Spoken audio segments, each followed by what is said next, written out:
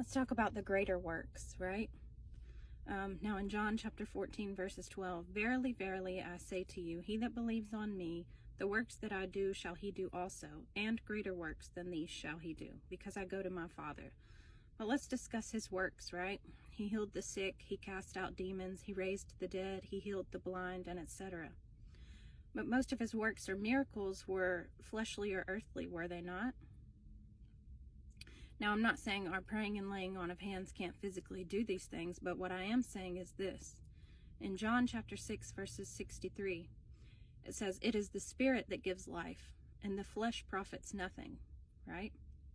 The Spirit is greater than the flesh, and we are to focus on things above, right? Heavenly things.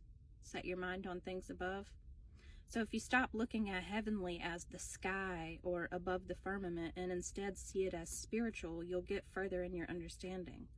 So better translated, we are to focus on spiritual things and not carnal and fleshly things, right? As the carnal mind is enmity with God.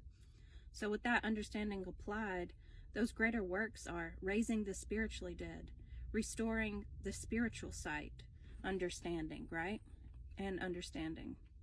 Clothing the naked with a wedding garment, right?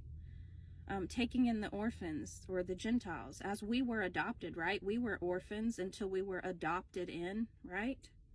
The widows, right? Caring for the widows. Aren't the Jews or the Israelites, Old Covenant Israel, are they not widows? Is their husband not dead? Like, did Jesus not get crucified? Like, they are the widows. Right? So they are greater because they are of the Spirit, right? The flesh profits nothing, right?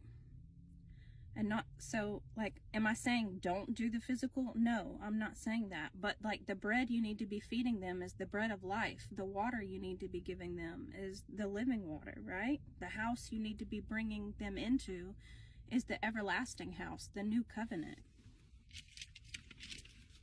Like, don't be like Peter, minding only the things of the flesh and neglecting the greater works of the Spirit, right? Peter got rebuked for that. Get behind me, Satan, right?